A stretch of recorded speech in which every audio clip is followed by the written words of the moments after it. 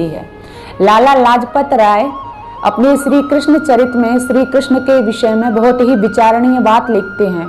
वो लिखते हैं कि संसार में महापुरुषों पर उनके विरोधियों द्वारा अत्याचार किए गए, लेकिन भगवान श्री कृष्ण एक ऐसे महापुरुष हैं कि उन पर उनके भक्तों द्वारा ही अत्याचार किए गए और किए जा रहे हैं। उनके द्वारा ही उन पर लांछन लगा रहे हैं। ऐसा कोई लांछन नहीं है जो उनके भक्तों ने उन पर न लगाया हो। शिखामणि, चोर, व्यभिचारी, छलिया, चीर हरण करने वाला, माखन चोर और न जाने कितने जो शब्द अपने महापुरुषों को नहीं देने चाहिए थे, वो शब्द आज भक्तों ने उनके साथ में जोड़ दिए हैं।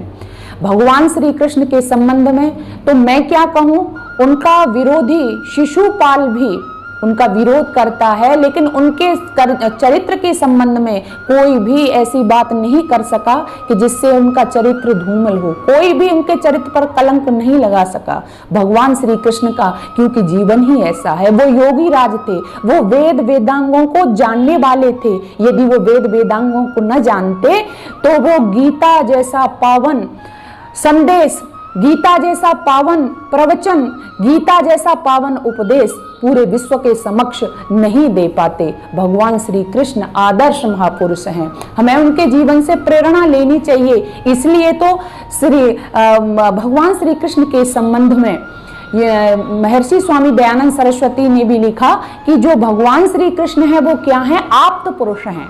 आप्त पुरुष उसे कहते हैं, जरा ध्यान देना, कि जिसने जन्म से लेके मृत्यु पर्यंत कोई गलत कार्य न किया हो, वो आप्त पुरुष।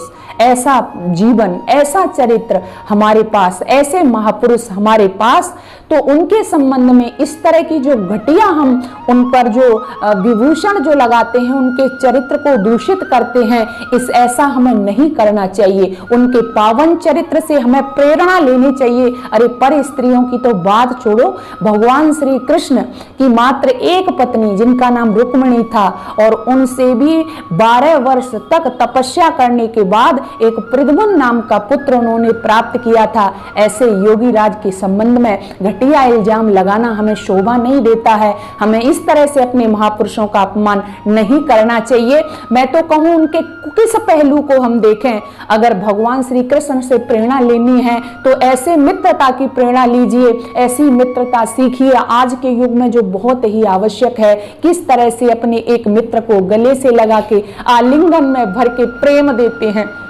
किस तरह से एक स्त्री की जिसको निर्वस्त्र किया जा रहा था उसको लाज की रक्षा करते हैं, किस तरह से वो भगवान श्री कृष्ण अपने जो इस समाज में जो अत्याचार फैलाते हैं, अत्याचारी जो हैं, उनको दंड देते हैं। ये सब बातों की हमें प्रेरणा लेनी चाहिए। आइए कृष्ण क्या है, मैं चंद लाइनों में यदि कहूँ तो सुनिए। वो कृष्ण धर्म दर्शन संस्कृति की, मनीषी जी ने कुछ लाइनें दी हैं, धर्म दर्शन संस्कृति की वो अमर जागीर था, कृष्ण भारत वर्ष की जागी हुई तकदीर था।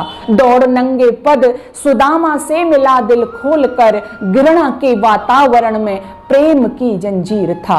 दूरदर्शी था वो इतना, शब्द भी असमर्थ हैं। अरे दूरदर्शी था वो इतना, शब्द भी असमर्थ हैं। हार जाने के क्षणों में जीत की तस्वीर था, हार जाने के क्षणों में जीत की तस्वीर था। सत्य की खातिर जिया और सत्य की खातिर बरा, सत्य का था वो ददीची, हर हृदय की पीर था। गोपियों के वस्त्र उसने थे चुराए, झूठ है दरअसल का नाम निशी, द्रौपदी का चीर था। सत्य कहती हूँ कन्हैया, द्रौपदी का चीर था। सत्य कहती हूँ कन्हैया, द्रौपदी का चीर था। ऐसे महापुरुष का चरित्र हमें प्रेरणा देता है, अवश्य ही हमें उससे प्रेरणा लेनी चाहिए।